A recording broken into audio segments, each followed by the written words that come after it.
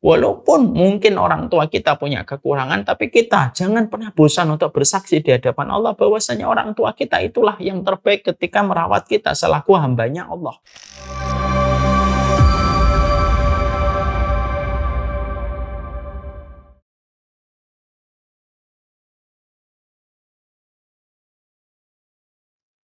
Kita pada kesempatan hari ini akan melanjutkan kajian kita, yaitu membahas tentang 40 karakteristik mereka yang dicintai oleh Allah. Tentunya kita sama-sama harus memahami betul dan mengimani. Tidak ada satu amalan dan aktivitas yang paling efektif dalam sisa kehidupan kita, kecuali adalah bagaimana kita terus berupaya. Kita terus berupaya dan terus berusaha bagaimana kita bisa mendapatkan cinta dan ridho dari Allah Subhanahu wa Ta'ala. Karena siapapun yang telah mendapatkan cinta dan telah mendapatkan ridho dari Allah, maka dia telah mendapatkan sesuatu yang paling besar pada kehidupan setiap makhluknya. Sebagaimana yang Allah sampaikan di dalam surat At-Taubah, wa ridwanum minallahi akbar. Sesungguhnya keridhaan Allah itu yang paling besar. Dan sesungguhnya siapapun yang mereka apabila konsentrasi pada hidupnya, obsesi pada hidupnya adalah mencari ridhonya Allah, berarti dia telah mengumpulkan dan telah mendapatkan sesuatu yang paling besar, yang tidak mampu ditandingi oleh kekuatan apapun. Harta, materi, jabatan, bahkan status yang kita miliki ataupun yang dimiliki sebagian orang tidak akan pernah mampu mengalahkan betapa agungnya ketika seseorang itu mendapatkan keridhaan dari Allah. Inilah sesuatu yang paling besar pada kehidupan kita, dan seharusnya kita mengagungkan apa yang diagungkan oleh Allah, merendahkan dan meremehkan apa yang Allah remehkan, dan tidak ada perkara yang paling Allah agungkan kecuali adalah ridhonya. Tentunya untuk mendapatkan keridhaan dari Allah Subhanahu wa Ta'ala bukanlah sesuatu yang bisa dilakukan secara laduni. Mendapatkan keridhaan dari Allah itu tentunya ada jalan yang harus kita ikuti. Ada metode yang harus kita perhatikan, kita kerjakan, dan kita amalkan pada perjalanan kehidupan kita sampai kita mendapatkan keridhaan dari Allah. Tidak mungkin seorang hamba tanpa ikhtiar, tanpa pengorbanan dia mendapatkan keridhaan begitu saja.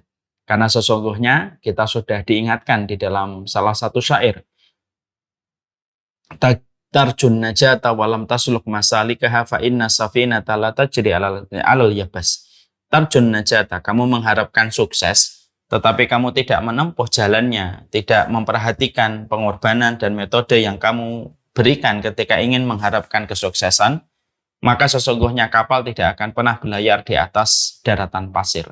Dan inilah yang menjadikan kita memahami, kita tahu tidak ada yang membuat kita besar kecuali adalah keridhaan Allah apabila kita peroleh. Dan untuk mendapatkan keridhaan dari Allah, tidak ada yang kita harus lakukan kecuali adalah memberikan pengorbanan, mengikuti cara sebagaimana yang telah diterangkan oleh Rasulullah sebagai manusia yang paling paham tentang Rabb-nya. Ketika Nabi diturunkan kepadanya wahyu, disampaikan kepadanya sunnah, supaya kita tahu bagaimana cara untuk menggapai keridhaan dari Allah Subhanahu wa Ta'ala. Nah, inilah yang menjadikan kita membahas buku 40 karakteristik mereka yang dicintai oleh Allah Subhanahu wa Ta'ala, karena ini merupakan sebuah referensi yang akan menghantarkan kita pada sesuatu yang agung, pada sesuatu yang besar. Dan sesungguhnya sesuatu yang besar dan sesuatu yang agung itu adalah ridhanya Allah. Kita kemarin telah membahas cukup panjang. Pembahasan kita yaitu adalah bagaimana seorang mukmin ketika mereka ingin untuk mendapatkan keridhaan dari Allah Subhanahu wa Ta'ala, bagaimana mereka harus memiliki sebuah karakteristik itu ada yang karakteristik itu pada yang ke-17 adalah mereka yang senantiasa berbakti kepada orang tua mereka. Kita sudah membahas muqaddimah sebelum kita membahas tentang karakteristik itu, muqaddimah yang harus diperhatikan setiap orang tua. Sebelum kita bicara tentang masalah berbakti kepada orang tua, kita sudah membicarakan keutamaan bagaimana kita berbakti kepada orang tua. Kita sudah membicarakan apa yang menjadikan orang mendapatkan halangan dan tidak mampu memaksimalkan berbakti dia kepada orang tua. Maka kita menuju kepada pembahasan yang terakhir, yaitu pembahasan yang keempat. Arti birrul walidain itu semacam apa? supaya betul-betul kita memahami artinya, maknanya, supaya betul-betul kita mampu menimbang diri kita. Apakah kita ini memang betul-betul sudah birrul walidain kepada orang tua kita? Atau jangan-jangan kita hanya merasa kita sudah birrul walidain padahal kita sebenarnya belum birrul walidain. Hanya disebabkan karena kebodohan kita tentang makna birrul walidain itu apa. Karena birrul walidain itu merupakan pintu tengahnya surga, berarti wajib dari kita untuk mengetahui makna birrul walidain itu apa. Supaya tidak ada lagi pengakuan-pengakuan kosong, pengakuan-pengakuan fiktif. Orang yang mengaku dia sudah birrul walidain, padahal ketika ditarik kepada makna yang mencakup birrul walidain itu, maka sesungguhnya ternyata dia belum mengerjakan amal dari birrul walidain yang harusnya dia lakukan dan dia kerjakan. Makanya akhirnya kita sering menjumpai sebagian masyarakat kita mendefinisikan bahwasanya birrul walidain itu adalah bagaimana kita memberikan rekening, memberikan nafkah bulanan kepada orang tua kita untuk membayar listrik, untuk membeli air, untuk membiayai kehidupan sehari-hari. Lalu kita merasa dengan uang yang kita kirimkan, uang yang kita transferkan itu sudah mewakili birrul walidain. Seakan-akan hanya itu. Dan hilang kewajiban-kewajiban yang lainnya. Padahal memberikan nafkah itu salah satu di antara makna birrul walidain, tetapi bukan satu-satunya makna pada birrul walidain. Ini yang harus kita perhatikan. Maka setelah kita paham bahwasanya kita harus menggali apa itu makna birrul walidain yang sesungguhnya, maka apa itu makna dari birrul walidain? Yang pertama yang sudah kita bahas, arti dari birrul walidain adalah ketika kita sebagai dan selaku seorang anak, bagaimana kita berusaha untuk mensolihkan diri kita. Karena kesolihan seorang anak merupakan bentuk birrul walidain dia kepada orang tua. Karena sesungguhnya ketika seorang anak, dia berusaha terus dan tidak pernah bosan untuk berupaya bagaimana menjadikan dirinya menjadi laki-laki atau menjadi seorang wanita, anak yang solih, kepada Allah, taat kepada Allah, maka sesungguhnya yang pertama kali akan merasakan manfaat dari kesalihan anak itu adalah orang tua, terutama ketika orang tua sudah meninggal dunia. Ya. Karena sesungguhnya saya sudah menyampaikan berulang-ulang. Karena sesungguhnya tidak setiap doa yang dipanjatkan seorang anak kepada orang tuanya itu secara otomatis diterima sama Allah. Sampai ketika seorang anak betul-betul memiliki karakter dan sifat kesalihan. Barulah ketika dia memiliki karakter dan sifat kesalihan, doanya dia kepada orang tua bisa bermanfaat bagi orang tuanya ketika datang dari anak yang solih dan bukan hanya sekedar ketika dia menjadi anak, tapi tidak pernah peduli tentang kesolihan pada hidupnya. Makanya kita membaca salah satu hadis yang terkenal, sesungguhnya Rasulullah bersabda, seluruh anak Adam apabila meninggal dunia terputus seluruh amalnya kecuali 3 perkara. Salah satu di antara 3 perkara itu disebutkan oleh baginda Nabi, waladun salihun yad'ulahu, anak yang salih yang mendoakan orang tuanya. Di mana baginda Nabi menyebutkan pada riwayat itu, Nabi tidak menyebutkan waladun, tetapi Nabi menyebutkan waladun salih, anakmu harus salih. Kalau anakmu nggak salih, maka setiap mendoakan orang tuanya bisa terganggu dengan dosa dari anak itu ketika anak itu tidak betul-betul berusaha meninggalkan dosa-dosa besar dan senantiasa menjadi solih dengan taubat yang dia berikan kepada Allah. Inilah pentingnya bagaimana kita mendidik anak yang solih dan bagaimana setiap anak menyadari tidak ada kado terindah yang dia bisa hadiahkan kepada orang tuanya kecuali adalah kesolihan dirinya. Makanya saya kemarin mengingatkan, kalau ada di antara kita belum bisa mengumrohkan, belum bisa menghajikan orang tua kita, kita boleh sedih, tapi kesedihan kita tidak boleh berlebih-lebihan. Tapi ketika kita walaupun belum bisa untuk memberikan haji, memberikan tiket umroh kepada orang tua kita, tapi setiap harinya kita melakukan ketaatan kita kepada Allah, berusaha komitmen untuk menahan diri kita dari segala macam yang dilarang dan dimurkai oleh Allah, maka kesolihan itu pun merupakan bagian hadiah terindah. Walaupun mungkin pada saat ini dia belum sempat dan belum bisa untuk memberikan tiket haji dan umrah kepada orang tuanya. Dan itulah yang kita harus paham yang pertama. Sudah kita bahas panjang lebar. Yang kedua, arti birrul walidain itu adalah memberikan yang terbaik. Artinya tidak gampang untuk mengatakan tidak bisa kepada orang tua. dengan berbagai macam alasan dan berbagai macam udzur yang begitu mudah untuk dibuat dan begitu mudah untuk direkayasa udzurnya kepada orang tua, hanya karena dia begitu gampang untuk mengatakan kepada bapak dan ibunya, maaf saya tidak bisa, kecuali memang betul-betul udzur dia tidak bisa.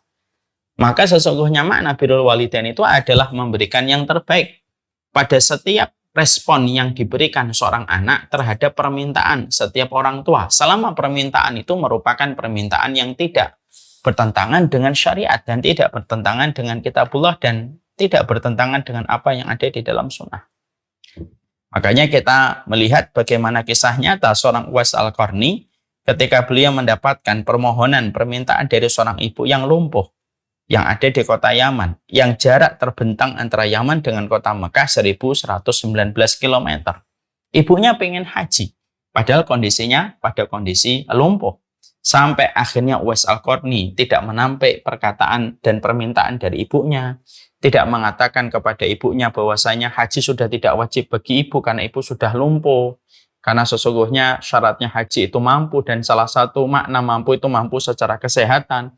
Sama sekali Uwais Al-Qarni tidak memberikan alasan-alasan itu. Kalaupun Uwais Al-Qarni menyampaikan alasan itu pun diterima. Karena memang pada hakikatnya, memang ibunya Uwais Al-Qarni itu memang sudah tidak diwajibkan untuk haji dengan kondisinya beliau yang lumpuh. Tapi yang justru dilakukan oleh Uwais Al-Qarni yang menjadikan Allah ridha kepada Uwais Al-Qarni berlatih. Beliau sebelum berlatih, beliau membeli anak sapi, beliau latih dirinya untuk naik turun bukit, supaya betul-betul melatih masa ototnya, bagaimana mengasah energinya. Sampai ketika beliau merasa sudah kuat dan sudah saatnya, beliau menggendong ibunya. 1119 km dari Yaman menuju ke Mekah, balik lagi 1190 km dari Mekah menuju ke Yaman, dan itu dibuktikan oleh Uwais Al-Qarni. Supaya memberi arti kepada kita, arti birrul walidain itu adalah memberikan yang terbaik dan tidak gampang menolak permintaan dan permohonan mereka. Dan itulah baru disebut dengan birrul walidain. Sekarang kita sering menjumpai banyak anak itu suka berkata, saya nggak bisa bu, saya nggak bisa pak. Begitu mudah bersembunyi di balik setiap alasan yang dia miliki ketika sudah berbicara pada permintaan dan permohonan seorang bapak dan seorang ibu. Terkadang kita juga menjumpai karena alasan-alasan yang remeh, alasan hobi, alasan bermain, ataupun alasan-alasan yang sebenarnya masih bisa untuk dipending, untuk mendahulukan dan memprioritaskan apa yang menjadi urusan orang tuanya. Tapi karena kita tidak memberikan sifat birrul walidain dengan memberikan yang terbaik dan totalitas di dalam memberikan khidmah, akhirnya apa? Orang tua selalu menjadi prioritas kesekian nomornya setelah prioritas-prioritas dari masalah-masalah yang lain. Dan itu bukan arti dari birrul walidain. Itu yang kedua. Sekarang mari kita bahas yang ketiga. Para ulama lalu mengatakan arti birrul walidain yang ketiga yaitu adalah bagaimana setiap anak ketika mereka melakukan bakti mereka kepada orang tua mereka, baik orang tua yang masih hidup atau orang tua yang sudah meninggal dunia, bagaimana mereka selalu mengkondisikan lisan mereka dan selalu mengkondisikan pikiran mereka untuk senantiasa mendoakan orang tua mereka setiap waktu dan setiap saat, terutama di waktu yang mustajab untuk mendoakan orang tua mereka. Karena tanda cinta itu adalah menyebutkan namanya di hadapan Allah. Ya. Makanya kita jumpai pada surat Al-Isra ayat yang ke-24. Allah jelas menyampaikan pada ayat ini, wahfid lahuma janahal dhulli minar rahmah wa qur rabbirhamhuma kama rabbayani shaghira. Pada surat Al-Isra ayat yang ke-24, Allah jelas mengatakan bagaimana Allah perintahkan kepada setiap keturunan, setiap anak, rendahkanlah, ya. Rendahkanlah, yaitu kedua sayapmu dengan penuh tanda kasih sayang, dan katakanlah, Rabbirhamhuma kama rabbayani shaghira. Ya Allah, rahmatilah kedua orang tua kami sebagaimana mereka telah menyayangi kami, merahmati kami di waktu kami pada kondisi masih belia. Ini menunjukkan kepada kita Bahwasanya makna birrul walidain itu adalah bagaimana kita menyertakan namanya di waktu-waktu yang mustajab ketika kita berdoa kepada Allah. Tanda kejujuran kita di dalam mencintai orang tua kita yang mendoakan. Ketika kita menyertakan nama orang tua kita di dalam sujud, setelah kita dzikir habis sujud, setelah kita membaca dzikir sujud ketika sedang sujud, lalu kita berdoa, yaitu adalah Rabbana firli wali walidayya walil mu'minin yauma yaqumul hisab. Kita berdoa. Kita sertakan namanya. Ketika kita melewati sepertiga malam yang terakhir, ketika kita melewati bagaimana safar dengan doa mustajab yang Allah berikan fasilitasnya untuk kita. Di semua waktu yang mustajab kita selalu mengingat mereka, mengingat apa yang telah mereka lakukan pada kehidupan kita, dan kita sertakan nama mereka ketika kita mendoakan mereka. Dan itu merupakan salah satu bentuk dari birrul walidain. Ya, makanya kita tentunya sangat kenal sekali dengan sebuah riwayat bagaimana kita menjumpai dan bagaimana kita mendapati ada seorang wanita yang ditinggikan derajatnya di surga, ditinggikan derajatnya di surga. Maka wanita ini bertanya kepada Allah, apa yang menjadikan saya masih ditinggikan derajatnya di surga padahal saya sudah meninggal dunia? Apa amalan yang membuat saya mendapatkan fasilitas untuk terus ditinggikan di dalam surga? Maka pada saat itu dijawab, bi istighfari ibnik. Ya, ini adalah karena permintaan ampunan yang disampaikan oleh anakmu, permintaan ampunan itulah yang menjadikan selalu engkau ditinggikan derajatnya di surga. Inilah yang menjadikan akhirnya kita paham tentang masalah ini. Ya. Jadi mendoakan itu merupakan salah satu di antara perkara besar. Karena terutama ketika kita sudah mendapati orang tua kita meninggal dunia, kalau sudah mendapati orang tua kita meninggal dunia, maka sesungguhnya setiap teriakan kita tidak akan pernah terdengar oleh telinga orang tua kita. Setiap isak tangis kita tidak akan pernah nyampe kepada orang tua kita. Tapi setiap lirihnya kita berdoa untuk mereka, walaupun tidak sekeras teriakan dan isak tangis manusia ketika ditinggalkan orang tuanya, doanya itu terdengar oleh orang tua mereka. Itu terdengar oleh orang tua mereka. Dan itulah yang seharusnya kita berikan terus prioritas kita. Mendoakan mereka setiap waktu, mendoakan mereka setiap saatnya. Kita mendoakan mereka setiap waktunya, kita mendoakan mereka setiap saatnya. Karena sesungguhnya itulah perkara yang sampai kepada mereka untuk menunjukkan kepada kita betapa dahsyatnya kekuatan doa dan betapa beruntungnya mereka yang menyadari bahwasanya tidak ada senjata yang paling besar bagi orang yang beriman kecuali adalah doa. Dan doa itu ditujukan kepada orang tuanya. Ya. Ini juga berlaku pula ketika kita menjumpai dan mendapati orang tua kita. Mungkin tidak sebagaimana yang kita harapkan. Orang tua kita masih hidup. Lalu ternyata orang tua kita melakukan perkara-perkara yang menurut kita melampaui batas. Doakan, bisa jadi orang tua kita hari ini mereka melampaui batas disebabkan kita selaku keturunan tidak betul-betul mendoakan mereka dengan tulus dan menyertakan namanya ketika kita mengadu kepada Allah. Karena doanya anak datang dari hati yang tulus itu ya mustajab betul, dan itu besar posisi dan kedudukan doa, soalnya doanya seorang anak. Dan ini merupakan bentuk birrul walidain. Saya punya kisah nyata, ada seorang anak ketika saya masih SMP mengadukan tentang bapaknya yang tidak pernah sholat. Bapaknya tidak pernah sholat. Sama sekali tidak pernah sholat. Betul-betul Islam abangan. Ketika dia mengadukan tentang bapaknya yang tidak pernah sholat, gitu, tidak ada harapan dan tidak ada keinginan beliau kecuali satu, dia ingin melihat bapaknya sholat. Anak-anaknya ikut di TPA, anak-anaknya bisa membaca Al-Quran. Anak-anaknya lancar ketika membaca Al-Quran. Tapi orang tuanya tidak sholat. Padahal anak-anaknya di sekolah agama. Dimasukkan ke taman pendidikan Quran. TPA-nya sama dengan saya. Maka ketika itu menjadi sebuah keinginan, tidak ada yang dilakukan anak itu kecuali terus berdoa. Dia terus berdoa, dia terus berdoa, dia terus berdoa kepada Allah. Setahun dia berdoa tidak dikabulkan oleh Allah. 2 tahun dia berdoa belum dikabulkan oleh Allah. 3 tahun dia berdoa belum dikabulkan oleh Allah. Sampai akhirnya 5 tahun berlalu dan dia tidak pernah bosan untuk berdoa. Akhirnya setelah 5 tahun berdoa, Allah kabulkan. Allah jadikan hati bapaknya tersentuh. Satu hari pada hari Jumat, beliau tiba-tiba meminta sarung, tiba-tiba beliau ingin untuk sholat Jumat. Padahal selama ini tidak pernah menginjakkan kaki untuk melaksanakan sholat Jumat. Akhirnya sholat Jumat, beliau ke masjid kampung. Setelah itu pulang, sempat membuat geger omongan beberapa tetangga yang ikut senang. Wah, sekarang sholat. Gitu. Karena mereka juga mengenalnya sebagai seorang muslim abangan. Akhirnya sholat. Dan akhirnya menjaga sholatnya tidak lama, 2 tahun, 3 tahun setelah itu beliau meninggal dunia. Dan ternyata ketika saya melihat, ini salah satunya disebabkan karena doanya seorang anak yang tidak pernah berhenti berharap kepada Allah supaya Allah menggenggam hati bapaknya di dalam ketaatan, menyentuh hati dan jiwa bapaknya supaya mendirikan sholat. Dan betul-betul terjadi, akhirnya mendirikan sholat. Makanya makna birrul walidain yang ketiga itu apa? Makna birrul walidain yang ketiga itu adalah ya bagaimana kita mendoakan.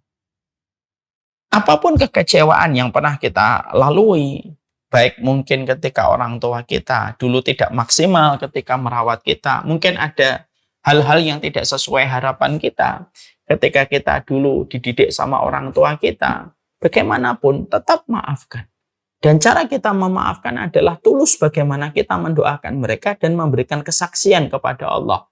Walaupun mungkin orang tua kita punya kekurangan, tapi kita jangan pernah bosan untuk bersaksi di hadapan Allah bahwasanya orang tua kita itulah yang terbaik ketika merawat kita selaku hambanya Allah. Katakan kepada Allah, ya Allah, saya ini adalah hambamu, saya dirawat baik oleh kedua orang tua yang engkau titipkan aku kepada mereka. Doa sama Allah. Mintalah kebaikan. Supaya nanti ketika kita tulus mendoakan orang tua kita, anak-anak kita pun akan tulus dan setia mendoakan kita setiap waktu dan setiap saat. Karena yang menjadi harapan kita itu ya anak. Makanya maaf ya, orang kalau sudah melewati angka 40, contohnya saya, kalau sudah melewati angka 40, maka kita harus paham kalau sudah melewati angka 40, tidak ada yang paling penting efektif dalam satu amal itu kecuali adalah yang paling efektif dalam sisa kehidupan kita itu apa? Betul-betul memperhatikan dan berkonsentrasi kepada anak kita dan pendidikan anak kita. Karena apa? Karena mereka lah yang paling setia mendoakan kita. Mereka lah yang paling setia mengingat kita. Memori mereka tentang kita tidak akan mudah terhapus. Terutama ketika kita menjadi orang tua yang terus membersamai mereka, maka itulah yang akan menjadikan kita beruntung ketika kita mendapatkan doa dari mereka. Teman-teman kita, berapa lama teman-teman kita akan mendoakan kita? Teman-teman kita akan mendoakan kita 3 hari, setelah itu mereka akan lupa dengan keberadaan kita. Orang yang tidak terlalu mengenal kita, mungkin akan mendoakan kita pertama kali mendapatkan kabar, Umar Mita meninggal dunia. Mungkin langsung berdoa sebentar. Tapi apakah bertahan doanya setiap waktu? Enggak. Karena kita mungkin tidak terlalu mengenalnya secara personal. Sahabat yang mengenal kita secara personal pun berapa lama mereka akan mendoakan kita? 1 pekan, setelah itu mereka akan kembali kepada urusan mereka masing-masing. Karena mungkin tidak terikat secara dalam dengan kita. Tapi siapa yang paling setia mendoakan kita? Yo anak yang paling setia mendoakan kita. Kenapa? Memori bapak dan ibunya. Terutama ketika bapak dan ibunya betul-betul melaksanakan kewajiban sebagai orang tua. Memori itulah yang akan terus ada pada pikiran anak dan tidak akan pernah dilupakan anak. Untuk terus mendoakan mereka supaya mereka dirahmati oleh Allah sebagaimana anak itu menjadi saksi bagaimana mereka diberikan rahmat oleh orang tua mereka. Ya, jadi itu yang ketiga, doakan di waktu yang mustajab. Saya kalau boleh sharing ya, kalau saya berdoa di waktu sujud, setidaknya ada 5 yang selalu saya sertakan kalau memiliki waktu longgar. Yaitu adalah setelah membaca dzikir sujud, maka saya membaca doa supaya saya diberikan husnul khatimah. Allahumma rzuqni husnul khatimah. Yang kedua, diberikan oleh Allah hati yang istiqamah.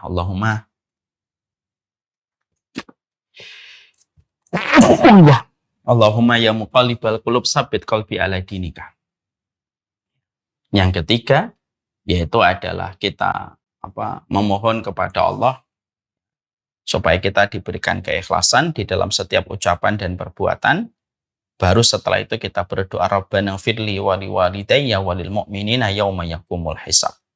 Ya Allah, ampunilah diri saya, ampunilah kedua orang tua saya dan orang beriman ketika nanti di pengadilan Engkau, di pengadilan Allah. Nah, itu kita ucapkan di setiap sujud. Bahkan kalau bisa sebelum salam pun kita mengucapkan kembali doa itu, Rabbana firli wa liwalidayya wa lil mu'minin yauma yaqumul hisab, atau Rabbirhamhuma kama rabbayani shaghira, sebagaimana pada surat Al-Isra 24. Itulah yang menjadikan kita paham. Nah, inilah yang menjadikan kita juga kalau boleh mengkaitkan, mungkin ada sebagian orang kan nanya gitu, kenapa ya memori kita tentang orang tua kita, walaupun orang tua kita sudah meninggal 10 tahun yang lalu, 15 tahun yang lalu, tapi kenapa memori kita selalu ingat tentang mereka? Salah satu hikmahnya, kalaupun engkau sudah diwafatkan bapak dan ibumu, tapi memorimu tentang orang tuamu tidak pernah hilang. Itu salah satu hikmahnya, supaya kamu tetap setia mendoakan mereka setiap waktu dan setiap saat. Ini yang menjadikan kita memahami betul. Ini yang ketiga, arti birrul walidain, yaitu adalah bagaimana arti birrul walidain itu adalah selalu senantiasa mendoakan, tidak pernah bosan dan tidak pernah letih di dalam kita mendoakan mereka. Ini yang ketiga. Yang keempat, ya, arti dari birrul walidain yang keempat yang dikatakan oleh para ulama, yaitu adalah menemani mereka. Menemani mereka dalam setiap hari-hari yang mereka lewati, dalam setiap aktivitas-aktivitas yang mereka kerjakan. Nah, tentunya kita diperintahkan bukan kita hanya diperintahkan sekedar mengirimkan transfer, tapi diperintahkan kita untuk selalu dekat dengan mereka, menemani hari-hari mereka, menemani kebersamaan dengan mereka pada setiap waktu yang kita miliki bersama dengan mereka. Makanya salah satu di antara kebahagiaannya orang tua itu kadang-kadang sederhana, ketika rumahnya tidak terlalu jauh dengan rumah anaknya. Makanya kalau bisa, kalau seorang penuntut ilmu, mari kita mencontoh Abu Hurairah. Abu Hurairah itu ketika memilih rumah tidak jauh dari rumah ibunya. Tidaklah beliau ketika akan mengambil hadis dari Rasulullah kecuali dia selalu menyampaikan salam terlebih dahulu kepada ibunya. Kalau salamnya sudah dijawab, barulah dia bergegas menemui Rasulullah SAW. Maka sesungguhnya menemani ini merupakan salah satu bentuk birrul walidain. Kadang-kadang orang tua kita tidak terlalu membutuhkan materi, karena mungkin mereka bisa jadi memiliki tabungan-tabungan yang sudah mereka persiapkan di waktu muda untuk menemani mereka di masa tua. Maka yang tidak ada yang paling mereka butuhkan kecuali adalah bagaimana setiap anak itu memiliki empati, memiliki kebersamaan dengan mereka dalam beberapa hal yang bisa menjadikan mereka tidak merasa kesepian di masa senja. Yang paling menyiksa itu sepi. Yang paling menyiksa itu sepi. Itu saya dapatkan perkataan ataupun hal ini saya dapatkan ketika saya banyak bertanya sama orang tua. Setiap saya ketemu orang tua kajian gitu ya, orang tua itu saya selalu tanya, Pak, apa yang paling menyiksa di masa tua? Sepi. Sepi, Ustaz. Sepi itu paling menyiksa.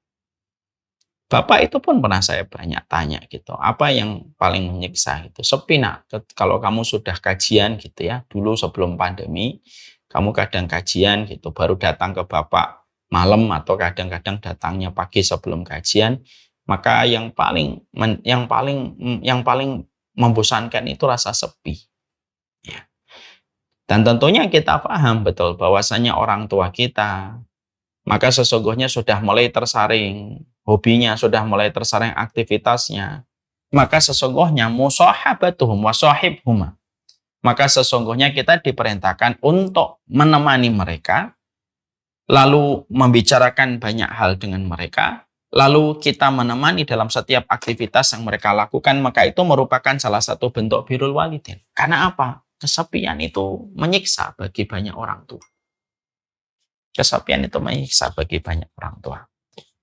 Ini pula yang menjadikan kita akhirnya sekali lagi, mintalah kepada Allah, kalau kita memang seorang anak, mintalah kita kepada Allah supaya kita itu diberikan kesempatan untuk bisa menemani orang tua kita. Profesi, pekerjaan yang kita lakukan, aktivitas yang kita kerjakan itu harusnya tidak bertentangan dengan keinginan kita untuk menemani orang tua kita, supaya kita bisa birrul walidain.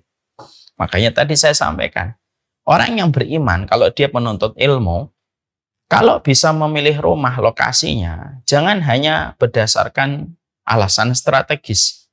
Tapi strategisnya orang yang beriman kalau dia memilih rumah itu setidaknya dua. Pertama dekat masjid, yang kedua dekat orang tuanya. Kalau bisa semacam itu, kalau mampu. Dan itu merupakan bagian ikhtiar yang baik. Saya salut sekali ketika saya pernah melihat di YouTube ada salah satu artis Indonesia rela meninggalkan Jakarta, lalu pulang ke kampung halamannya, kota kecil, berjualan kecil-kecilan, warung atau restoran gitu. Dan dia tidaklah meninggalkan Jakarta kecuali karena ingin menemani orang tuanya. Ini kan, Masya Allah, ini hal besar ini. Saya yakin orang yang semacam ini tidak akan pernah perniagaannya ini, yang semacam ini ketika dia siap menemani orang tuanya, tidak akan pernah dilewatkan oleh Allah kecuali dibeli kontan oleh Allah dengan banyak kebaikan. Karena kita paham kan di dalam surat Maryam ayat yang ke-32, wa barram biwalidati walam yaj'alni jabbaran syaqiyya. Dan karena aku baik kepada orang tuaku, maka dijadikan aku tidak celaka dan dijadikan aku tidak kasar. Karena orang yang mereka selalu menemani orang tuanya, di waktu-waktu yang dia bisa berikan ketika dia dekat dengan orang tuanya, pasti semua waktu yang kita berikan kepada orang tua justru tidak akan pernah mengurangi waktu kita, tapi justru menambah kualitas waktu kita. Karena yang memiliki waktu itu Allah. Yang menggenggamnya Allah. Allah bisa mempercepat, Allah bisa melambatkan. Dan tidaklah satu investasi yang terbaik kecuali adalah orang tua. Ada motivator itu yang bilang begini. Investasi itu ada beberapa hal. Ada investasi ilmu, ada investasi teman, tapi ada investasi yaitu berbuat baik kepada orang tua. Karena memang menemani orang tua itu tidak akan pernah ngurangin waktu kita.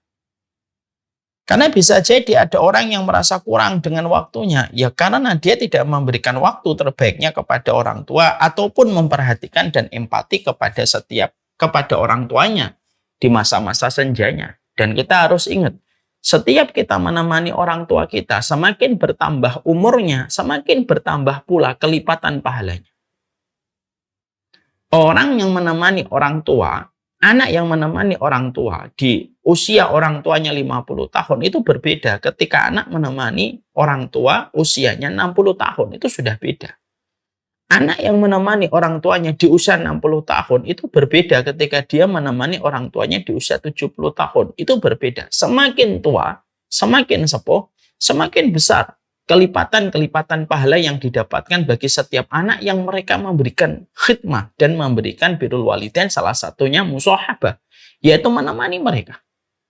Ini bukan berarti nanti tidak kerja, bukan berarti kita tidak mengambil aktivitas. Tidak, dia tetap mengambil aktivitas, dia tetap bekerja. Tapi tetap ada waktu yang dia berikan kepada orang tua. Makanya mintalah kepada Allah supaya suami kita ataupun anak-anak kita berdoa supaya diri kita lalu diberikan oleh Allah kesempatan untuk tetap dekat dengan orang tua kita. Dan itu anugerah besar. Itu kenikmatan besar sekali.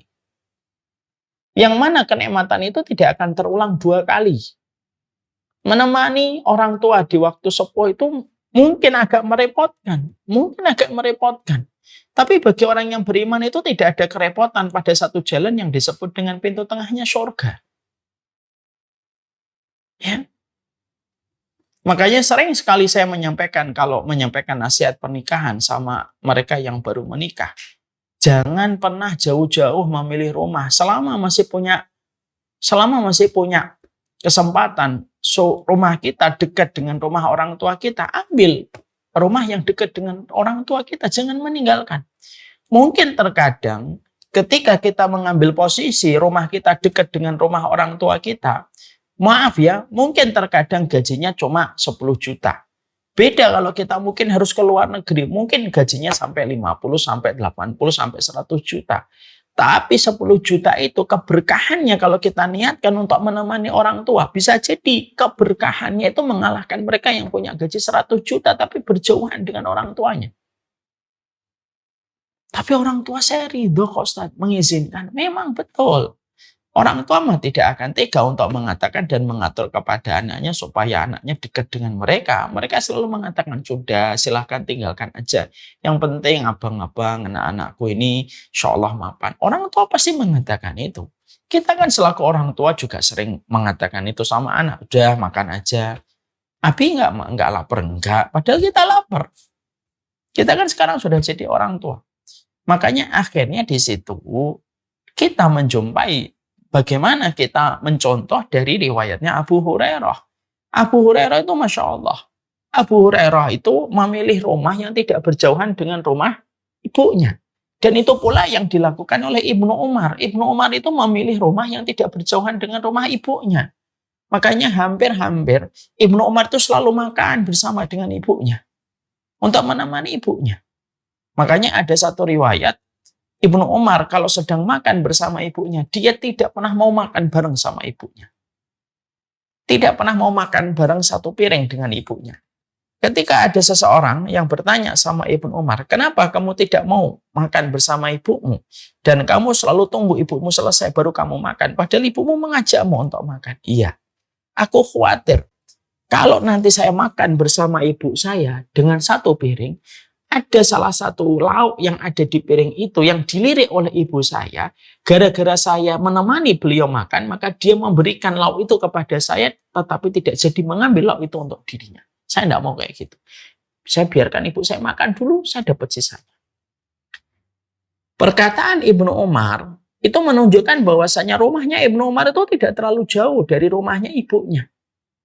Dan kita juga menjumpai bagaimana Abu Hurairah pun sama. Kenapa? Para ulama-ulama besar, para sahabat-sahabat itu mereka membangun rumah yang tidak terlalu jauh dari rumah ibu mereka.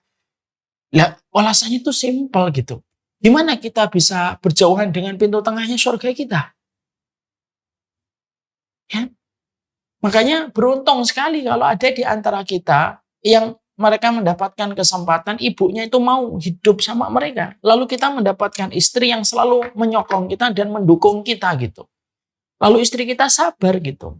Lalu istri kita bisa mengatakan sama kita, enggak apa-apa, Pak, enggak apa-apa ya, enggak apa-apa Bi gitu. Nemenin orang tua kita itu enggak lama. Ini istri yang luar biasa. Kalau sudah betul-betul mendukung kita untuk terus taat kepada orang tua kita. Ya. Tapi kalau ada seorang istri yang justru malah cemburu dengan orang tua dari suaminya, bahkan akhirnya melakukan tindakan yang melampaui batas, kita khawatir apabila ada seorang wanita yang semacam ini, Allah pasti balas itu. Sebelum dia mati, akan dijadikan bagaimana dia merasakan berbagai macam masalah sebelum dia mati. Sebagaimana dia selalu menimbulkan masalah bagi setiap orang tua di masa senjanya.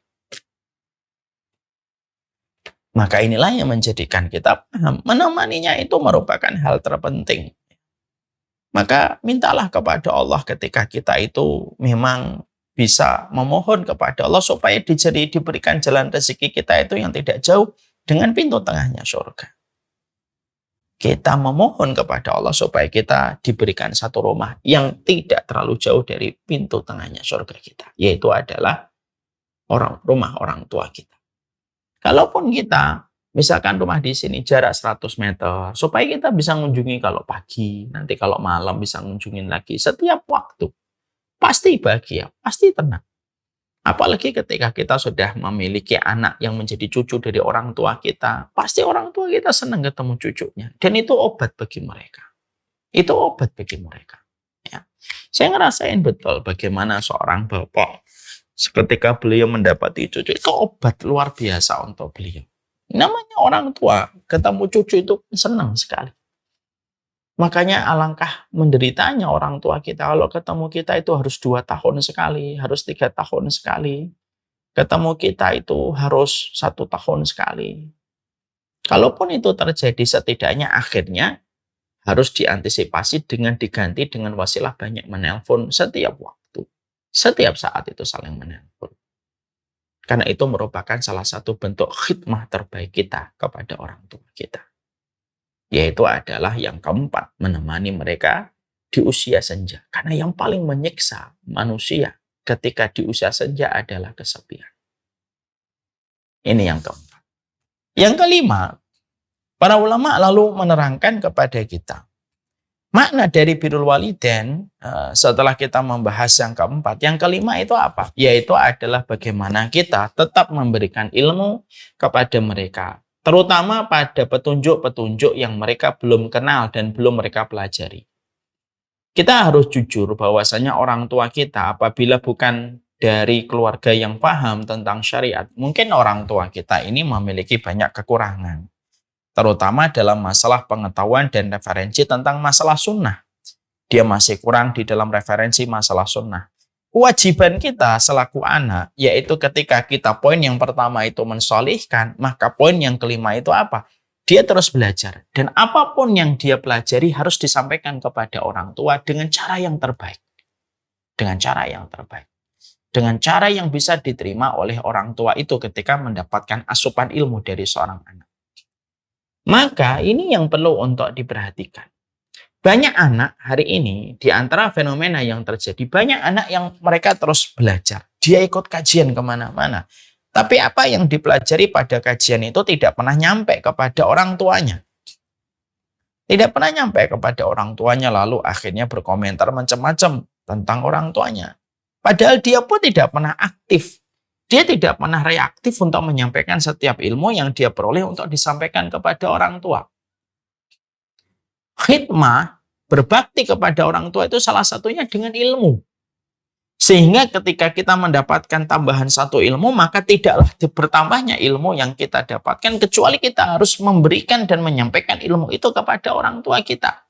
Dengan bahasa yang sesederhana mungkin, yang mudah difahami oleh mereka.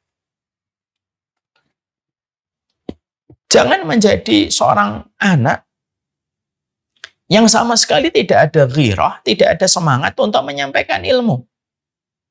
Kita tahu betul kehidupan kita berikutnya sangat tergantung bagaimana proses kita mendapatkan ilmu dan mengamalkan ilmu. Man salaka thariqan yaltamisu fihi ilman salallahu lahu thariqan ilal jannah. Ini kan hadisnya ternyata. Kehidupan akhirat itu sangat tergantung dengan ilmu. Ketika kita memahami kehidupan akhirat sangat tergantung dengan ilmu, dan siapapun yang melapangkan jalannya untuk mendapatkan ilmu, Allah yang akan melapangkan jalannya nanti ke surga. Orang tua kita kan dekat. Orang tua kita ini sekarang lebih dekat dengan kehidupan akhiratnya. Ya. Ketika kita sadar, sesadar-sadarnya bahwasanya orang tua kita sudah dekat dengan akhiratnya, maka tentunya kita paham berarti tidak ada yang paling dibutuhkan oleh orang tua kita kecuali ilmu. Yang kita peroleh, kita peres-peresannya sebagaimana peresan air kelapa. Peresan itulah yang kita berikan kepada orang tua supaya orang tua kita paham, orang tua kita ngerti, mampu mengamalkan sebelum dia berjumpa dengan Allah pada kematian yang Allah kirimkan. Makanya harusnya apa? Ibu-ibu di sini misalkan majelis ta'lim ar-royan, itu harusnya ketika mengkaji satu kitab atau satu pembahasan, jangan hanya berhenti di handphone kita, jangan hanya berhenti di iPad kita. Lalu kita tulis semua konklusi atau semua kesimpulannya, tapi sudah selesai. Enggak. Telepon orang tua kita. Datengin orang tua kita. Sampaikan, hari ini saya belajar tentang ini, Ibu. Saya hari ini belajar tentang karakteristik orang yang dicintai oleh Allah, orang yang zuhud. Zuhud itu artinya apa? Sampaikan pelan-pelan, sesuai dengan bahasa yang bisa memudahkan mereka untuk paham. Sodakohnya ilmu itu menyampaikan. Sodakohnya ilmu itu mengajarkan. Kalau setiap penuntut ilmu selalu menyadari tentang kewajiban dia untuk menyebarkan ilmu, karena sodakohnya ilmu itu adalah menyebarkan. Masya Allah itu. Saya itu yakin betul bahwasanya kebaikan di masa mendatang itu akan lebih maksimal kita peroleh dengan cepat kalau kita itu betul-betul melaksanakan ini. Makanya akhirnya kita berikan ilmunya. Jangan sampai akhirnya kita menganggap, udahlah orang tua saya tidak mungkin paham. Loh, kalau kamu sudah suudun kepada orang tuamu, terus siapa yang akan husnudun kepada orang tuamu kalau kamu sama orang tuamu suudun? Alah, enggak mungkin lah, ajaran sunnah kayak gini orang tua saya akan paham. Loh, gimana sih? Bukankah kamu lahir dari rahimnya? Semua ilmu yang kamu peroleh, otak yang kamu dapatkan itu salah satunya dari apa yang dulu disuapkan oleh ibumu sampai melahirkan dirimu. Dan salah satu bentuk terbaik kita birrul walidain itu apa? Salah satu bentuk terbaik dalam kita birrul walidain itu berbagi ilmu. Kita sampaikan tentang masalah sholat ba'diyah, sholat qobliyah, sampaikan apa yang menurut kita penting untuk diketahui sama orang tua kita. Kita sampaikan kepada orang tua kita. Supaya orang tua kita mendapatkan petunjuk sebelum dia berjumpa dengan kehidupan barzah. Di mana kehidupan barzah dan kehidupan akhirat itu sangat tergantung. Bagaimana tercukupinya mereka dalam masalah ilmu yang berkaitan tentang akhirat. Ya. Makanya Masya Allah ya, itulah yang menjadikan kami itu sampai di Syamila itu akhirnya akan membuat namanya Syamila Wisdom, berdamai di usia senja. Ini berangkat dari berbagai macam fenomena dan kasus yang kami jumpai. Ada anak, ketika mereka sudah punya pekerjaan, orang tuanya itu merasa kesepian. Orang tuanya itu tidak tahu kematian itu kayak apa. Kalau nanti sakaratul maut itu bagaimana. Kalau nanti sakit berat itu apa yang harus saya lakukan? Banyak orang tua tidak tahu. Anaknya tidak sadar itu. Anaknya hanya mengajak orang tuanya jalan-jalan, makan di restoran. Tidak apa-apa, itu sudah hal yang mulia. Tapi jangan berhenti di situ, di-upgrading. Oh, Bapak ini akan berjumpa dengan kematian. Harus kita sampaikan tentang kematian itu apa, kehidupan barzah itu kayak gimana, apa yang akan terjadi kalau mereka nanti meninggal dunia. Apa yang terjadi kalau mereka akan mendapatkan rasa sakit, itu kan harus betul-betul diketahui. Karena banyaknya kasus orang tua yang mereka melewati angka 50, 60, tidak tahu apa-apa tentang apa yang harusnya mereka ketahui. Insya Allah. Nah itulah, kalau boleh saya agak sedikit menyimpang dari tema, makanya kami di Syamila akan mengadakan Syamila Wisdom. Syamila untuk orang tua. Di atas 50 tahun, terutama yang di atas 60 tahun, kita ingin ngasih sebuah narasi ini loh tentang kehidupan barzah. Bagaimana menghadapi kematian, bagaimana kalau kita sudah tua itu harus selalu berbaik sangka sama Allah. Supaya kita terus yakin dengan rahmatnya Allah, itu kan harus disampaikan. Ya, itu harus disampaikan itu. Dan salah satu kewajiban kita kepada orang tua kita itu adalah bagaimana orang tua kita itu harus mendapatkan asupan ilmu. Ya, banyak kondisinya, ada yang kondisi ideal. Kondisi ideal itu orang tuanya betul-betul berilmu, anaknya berilmu, itu kondisi ideal. Itu pun tidak menghalangi mereka untuk saling transfer ilmu. Tapi yang banyak terjadi di masyarakat hari ini, banyak orang tua lahir produk-produk 60-an, produk 70-an, produk 80-an, yang ternyata mereka yang mungkin pada saat itu dakwah belum menggeliat sebagaimana hari ini. Ketika dakwah itu begitu semarak di banyak hal, kita bisa mendapatkan akses dakwah itu begitu mudah. Maka yang terjadi itu ketimpangan. Anaknya paham sunnah, anaknya ngerti tentang ilmu, tapi orang tuanya tertinggal di belakang. Lalu anaknya itu tidak pernah peduli untuk menyampaikan ilmu itu. Ya tidak bisa. Harus sampaikan gitu. Dan kita tidak hanya diperintahkan ketika berbakti itu hanya mengirimkan uang dan nafkah, tapi wajib bagi kita itu memberikan ilmu. Ini ada satu kejadian dulu di Kebayoran Lama. Ada seorang ikhwan ketika mau nikah, dia senang sekali. Lalu cerita mengundang saya untuk menghadiri pernikahannya. Saat itu insya Allah saya akan datang. Ketika sudah menyanggupi mau datang, selang 2 pekan setelah itu, dia datang lagi ke saya, lalu sedih wajahnya. Saya kira pernikahannya batal, karena nampak wajah sedih itu menggelayut di wajahnya. Saya tanya, kenapa antum sedih, akhi? Iya Ustadz, gitu. Ternyata konsep pernikahan yang saya inginkan, yaitu pernikahan yang sesuai sunnah, begini. Ketika saya sampaikan kepada orang tua saya menolak semua konsep itu. Lalu berkata, udahlah nggak usah neko-neko, nikah itu gimana lumrahnya kayak orang-orang kebanyakan aja nak. Gitu. Saya sedih Ustaz, nikahnya nanti kayak gitu. Orang tua saya malah belum paham tentang sunnah, malah justru menghalangi saya untuk mengamalkan. Saya tidak membela anak itu, tapi justru saya membela orang tuanya. Bukan membela pilihan orang tuanya, bukan. Tapi membela posisinya. Saya lalu ngomong sama Aina itu. Loh, antum tuh sudah ngaji berapa lama? Ya sudah hampir 2 tahun lebih. Loh, kalau antum sudah ngaji selama itu, maka antum harusnya sudah menyampaikan masalah yang antum inginkan itu jauh-jauh sebelumnya. Dan antum harus sabar terus menyampaikan pelan-pelan kepada orang tua antum. Lah antum ngaji selama ini tidak pernah sharing kepada orang tua. Giliran ketika sudah mau menikah, tiba-tiba antum atur orang tua harus begini, harus begini, harus begini. Loh antum siapa? Kenapa antum tidak aktif untuk menyampaikan ilmu? Kenapa antum tidak menjadi dai untuk orang tua antum? Karena salah satu makna birrul walidain itu menjadi dai untuk orang tua kita. Jadi menjadi dai untuk orang tua kita itu mulia gitu loh. Kalau orang tua kita tuh kalau dapat ilmu dari anaknya itu pasti senang. Pasti senang. Selama kita selalu memperhatikan metode, selalu memperhatikan cara di dalam kita menyampaikan setiap kalimat-kalimat untuk mereka. Ya, saya aja dikasih tahu sama anak saya, senang saya. Begini, ini begini, kita senang dikasih tahu anak kita. Orang tua juga sama. Kalau kita menyampaikan dengan sabar, menyampaikannya tidak dalam kondisi marah, menyampaikannya tidak dalam kondisi emosi, menyampaikannya tidak dalam kondisi pengen menang-menangan, orang tua itu pasti senang mendapatkan ilmu dari anaknya. Dan itu makna birrul walidain. Kenapa? Karena kita tahu tidak ada mata uang dalam kehidupan kelak di akhirat kecuali mata uang yang berlaku pada kehidupan di akhirat itu mata uang ilmu yang dipraktekkan pada kehidupan. Sampaikan ilmu. Hari ini belajar apa? Antum-antum yang ada di sini, yang berkumpul di sini. Antum-antum hari ini belajar apa? Oke. Kita memang hari ini belajar ini. Telepon orang tuanya.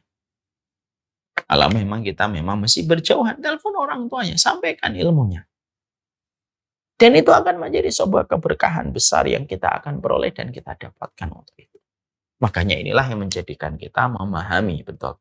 Salah satu di antara makna terbaik, yaitu adalah kita berbagi ilmu. Saya masih ingat sekali gitu. Saya dulu ketika saya dapat ini dari seorang ulama, makna birrul walidain itu salah satunya berbagi petunjuk keilmuan gitu. Saya mencoba kalau ada satu materi yang baru, selalu saya sampaikan kepada ibu dan bapak dulu. Ya, contoh nih, saya masih ingat terakhir kali itu. Ibu meninggal dunia hari Ahad, malam, Senin dini hari. Hari Sabtu, saya itu menyampaikan kajian tentang satu kajian, arti berkah pada hidupmu. Ini materi yang dulu saya baca dari perkataan Ibnu Rajab, ini sudah lama, sekitar 8 tahun yang lalu. Atau 7 tahun lalu wafat. Maka pada saat itu, Masya Allah ya, saya ngontak ibu, Bu nanti ada materi baru Bu. Oh iya nak, apa materimu hari ini yang baru? Arti berkah. Wah bagus tuh, arti berkah itu apa ya? Ya nanti kita bahas. Udah, saya ngajar. Handphone saya buka. Suaranya terdengar. Nah, semoga Allah merahmati ulama yang menyampaikan ilmu ini sampai saya mengamalkannya. Maka itulah salah satu di antara hadiah terbaik. Maka inilah yang menjadikan kita memahami salah satu makna terbaik di dalam kitab birrul walidain itu adalah berbagi ilmu. Ya. Ini merupakan salah satu di antara metode kita di dalam memahami konteks kita di dalam kitab birrul walidain. Ini merupakan perkara yang keempat. Yang kelima, yaitu adalah bagaimana kita. Kenapa? Oh, yang keenam sekarang. Sekarang yang keenam. Arti dari birrul walidain yang keenam itu adalah bagaimana ketika kita memberikan makna birrul walidain kita kepada orang tua kita. Yang keenam itu adalah bagaimana kita memberikan nafkah yang terbaik untuk mereka. Tentunya ini merupakan bagian dari hal yang sudah difahami oleh sebagian besar anak hari ini. Makna birrul walidain itu yang memberikan nafkah yang terbaik untuk orang tuanya. Kita berikan nafkah. Bagi siapapun yang hari ini masih pelit kepada orang tuanya, satu, istighfarlah dan tobatlah kalian kepada Allah ketika kita masih pelit kepada orang tua kita. Yang kedua, pahami satu riwayat yang disampaikan oleh Rasulullah SAW. Anta wa maluka li abika. Kamu dan seluruh hartamu itu milik orang tuamu. Ya. Jadi pada dasarnya harta kita itu yang miliknya orang tua kita, sebagaimana yang ditegaskan oleh Nabi. Anta wa maluka li abikaus. Kamu dan seluruh hartamu itu yang milik orang tuamu. Jadi misalkan secara hitung-hitungan dohir ya pada hadis ini, antum punya mobil 2, punya rumah di Jakarta, itu ya sebenarnya kalau orang tua kita minta, ya harus dikasih. Kamu punya uang berapa, nak? 3 miliar, Pak. Rumahmu di mana? Di Jakarta. Ya sudah, saya ambil semua ya. Kalau ada yang ekstrim kayak gitu, harus dikasih. Secara hukum fikih, maka benar. Permintaan itu tidak boleh ditampik. Karena memang seluruh dari harta kita itu milik orang tua kita. Makanya maaf ya, kalaupun ada kasus ekstrim, naudzubillah min dzalik, ini secara tinjauan fikih hukum. Ada orang tua bunuh anak, dalam Islam itu tidak bisa dikisos. Dia memang tetap ditangkap, dia harus dimasukkan penjara karena bunuh anak, tapi tidak bisa dikisos di dalam hasanah hukum Islam. Kenapa tidak dikisos? Seakan-akan orang tua itu memiliki, seakan-akan jiwanya anak itu ya di genggaman orang tuanya. Makanya tetap mereka mendapatkan hukuman yang keras dan tegas karena bunuh anak, tapi tetap tidak bisa dikisos. Padahal pembunuhan yang lain itu kalau membunuh ya balasannya dibunuh. Itu menunjukkan kepada kita bahwasanya hatta apa yang ada di kita, apapun yang kita miliki, itu semuanya itu pada dasarnya kalau orang tua kita minta harus dikasih. Makanya akhirnya bukan hanya sekedar memberi nafkah, tapi memberikan nafkah yang terbaik. Dan tidaklah seseorang ketika mereka memberikan nafkah yang terbaik kepada orang tuanya, kecuali pasti diganti oleh Allah. Pasti diganti oleh Allah. Ya. Saya dapat kisah itu banyak tentang masalah ini. Ada salah satu ikhwan, dia kerja di bagian jasa IT. Maka dia mendapatkan permintaan dari orang tuanya. Orang tuanya itu kepepet banget, minta uang sama beliau. Saat itu di rekening beliau cuma 500.000. Di rekening beliau 500.000. Di rekening saya Ustaz cuma 500.000. Ibu WA saya. Minta uang, nak. Ternyata ibu butuh banget ini, nak. Gitu. Nah, saya lagi awal-awal pandemi sepi job. Tinggal 500.000. Saat itu saya mau ngomong gitu. Bu, uang saya tinggal 500.000. Ibu separohnya saya ya. Gitu. Saya nggak tega gitu kalau hanya ngasih 250. Saya ngomong sama istri saya. Boleh nggak kita kasih 500.000? Dan nanti kita gimana, Pak? Allah yang ngaturlah untuk kita insya Allah. Ya, bismillah. Istri alhamdulillah. Istri yang menerima. Salah satu di antara ciri wanita saleh. Hanya 500.000 dikirim. Ditransfer untuk ibunya. Lu nggak sampai 24 jam. Malamnya tiba-tiba ditelepon sama satu kantor. Di mana kantor itu meminta proyek sama beliau untuk mengerjakannya. Dan biasanya SOP-nya itu dibayar setelah pekerjaan selesai. Tapi entah kenapa, dan Allah yang pasti tahu tentang semua yang terjadi pada hati manusia, maka beliau pemilik dari perusahaan ini yang meminta proyek kepada ini, itu mengatakan, udah mas saya nggak bayarnya, saya transfer sekarang aja gitu. Pada saat itu orang itu bilang, maaf Pak, kebiasaan kita nanti dikirim setelah selesai. Enggak usahlah kelamaan, takutnya dipakai yang lain, saya transfer aja. Minta nomor telepon, minta nomor rekeningnya, saya transfer. Padahal proyeknya aja belum dikerjain. Ini kisahnya nyata ini. Kisah itu kan terkadang menambah makna pada apa yang kita pelajari dalam syariat. Karena apa? Kisah-kisah itu yang akan membangkitkan hati kita. Ada salah satu orang di daerah Jakarta Selatan. Tidak jauh dari Dharma Wangsa. Beliau pernah cerita ada orang kaya raya di daerah itu. Cerita kepada saya. Masya Allah Ustaz.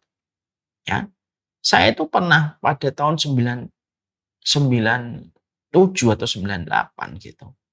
Saya itu Masya Allah mendapati tabungan saya akan beli mobil. Saat itu belum punya mobil. Qadarullah ada uang untuk membeli mobil. Lah orang tua saya itu kalau ngomongin haji itu semangat sekali. Walaupun tidak pernah minta untuk saya hajikan. Tapi ketika saya akhirnya punya tabungan itu, bingung apakah saya beli mobil atau saya hajikan orang tua saya. Nilai uang pada saat itu cukup untuk 4 orang. Orang tua saya dan orang tua istri saya. Akhirnya saya ngomong sama istri saya, udahlah bismillah ya. jadiin mobil untuk orang tua kita bertemu sama Allah, jadi tamunya Allah supaya mereka haji, kita tetap naik seadanya aja gitu. Ya nggak apa-apa, bismillah. Uang yang ada di tabungan dibelikan tiketnya untuk melaksanakan haji pada tahun itu. Setelah mereka pulang haji, insya Allah ya, beliau itu dapat project dan tender yang jauh ratusan kali lipat daripada uang yang beliau berikan kepada orang tuanya untuk dihajikan. Ini kisah nyata, menambah makna supaya kita menikmati betul apa yang kita dapatkan dari penjelasan-penjelasan Allah Subhanahu wa taala, ya. Makanya Masya Allah, inilah yang menjadikan kita memahami betul. Bentuk kita di dalam kitab Birrul Walidain itu adalah yang memberikan nafkah yang terbaik. Berikan nafkah yang terbaik. Ya. Jangan hanya sekedar sisa, tapi betul-betul berikan nafkah itu yang terbaik untuk mereka.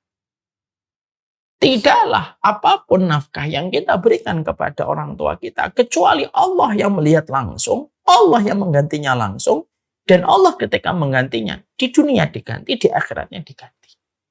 Dan itu janji dari Allah. Itu yang ya. Dan itu makna birrul walidain. Kemudian yang terakhir, arti dari birrul walidain yang terakhir itu apa? Arti dari birrul walidain yang terakhir adalah bagaimana kita berkata-kata yang lembut, tidak pernah menyombongkan diri kita, tidak pernah menyombongkan diri kita di hadapan orang tua kita. Makanya kan kata Allah, wahfid lahuma janahadzulli minar rahmah, yaitu rendahkanlah kedua sayapmu. Artinya, jangan dibanggakan doktormu, jangan dibanggakan gelar ustadzmu, jangan dibanggakan hafid Qur'anmu, jangan dibanggakan ownermu, bisnismu, nilai kontrakmu. Kalau sudah di depan orang tua, rendahkanlah. Kita tetap akan menjadi anak bagi orang tua kita, dan kita tetap selalu akan dianggap kecil oleh orang tua kita. Karena merekalah yang melahirkan kita, karena merekalah yang menggendong kita pertama. Kalau kamu dokter, tidak usah kamu ngomong di depan bapak ibu, rendahkanlah dokter. Kalau kamu ustadz, tidak usah kamu ngomong, Pak, saya ini ustadz, Pak, tidak usah. Buang gelar ustadzmu, buang gelar doktormu, buang gelar apapun kalau sudah di hadapan orang tua kita. Kita hanyalah budak di hadapan. Berkata-katalah yang lembut, bersikaplah yang terbaik. Seorang Ibnu Umar tidak pernah mau makan bareng bersama ibunya. Karena khawatir kalau makanan yang dilirik oleh ibunya lalu tidak jadi diambil ibunya gara-gara saya makan bareng ibu saya dan ibu lebih merelakan itu dimakan saya. Saya menganggap itu sudah dalam kondisi durhaka kepada orang.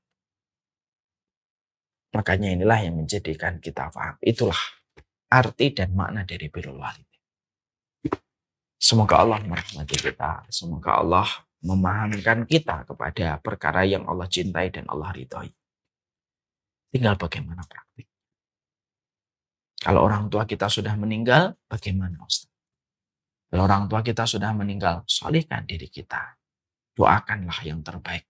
Yang ketiga, janganlah menjadi orang yang bakhil untuk berinfak. Dan infaklah atas nama orang tua. Salah satunya. Hari ini mendapatkan rezeki 1-2 juta. 500.000. Saya infakkan atas nama Bapak dan Ibu. Cari orang fakir miskin. Berikan secara langsung untuk mereka. Atau kita niatkan dari awal setelah sepeninggal orang tua kita. Kita lalu berinfak. Lalu kita atasnamakan orang tua kita. Ya Allah, Bapak dan Ibu saya sudah meninggal. Apapun infak yang datang dari saku saya dan rekening saya, ya Allah. Untuk saya dan keluarga, untuk menjaga keluarga saya dari bala. Salah satunya pula untuk orang tua saya. Bangunkan masjid untuk orang tua kita. Kalau tidak mampu, bangunkan mushola. Kalau tidak mampu, bangunkan kelas di pondok untuk anak kita, untuk orang tua kita.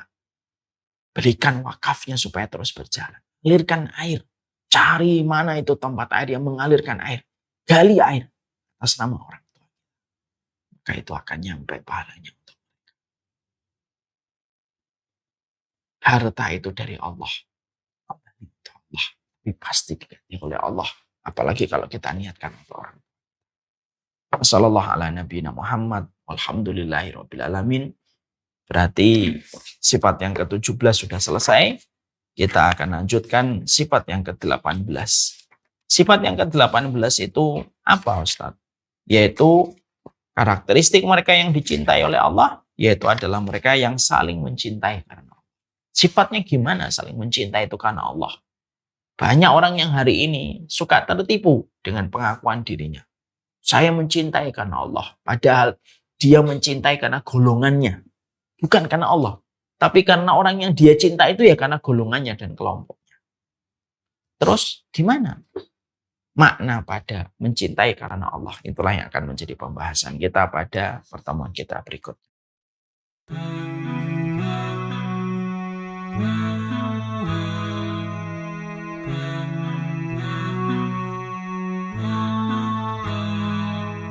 We never knew a love like this before. When you leave it in Allah's plan, He can take you to places you never know. So we leave it all in His hands. He brought me light when I couldn't see, and my deen was incomplete. But that all changed when I met you, to complete half my deed. Barakallah, it's all from above, from the moments that we share.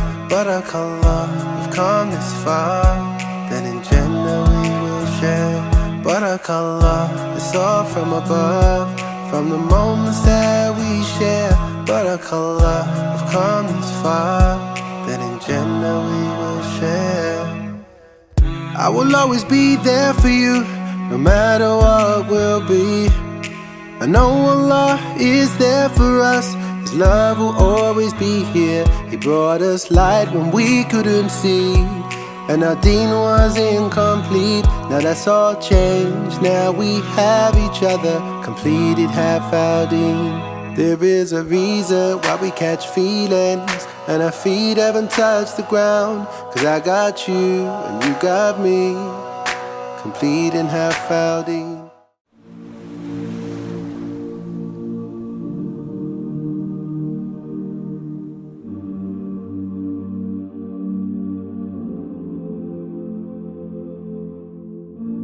I've been holding for so long, scared I might slip away.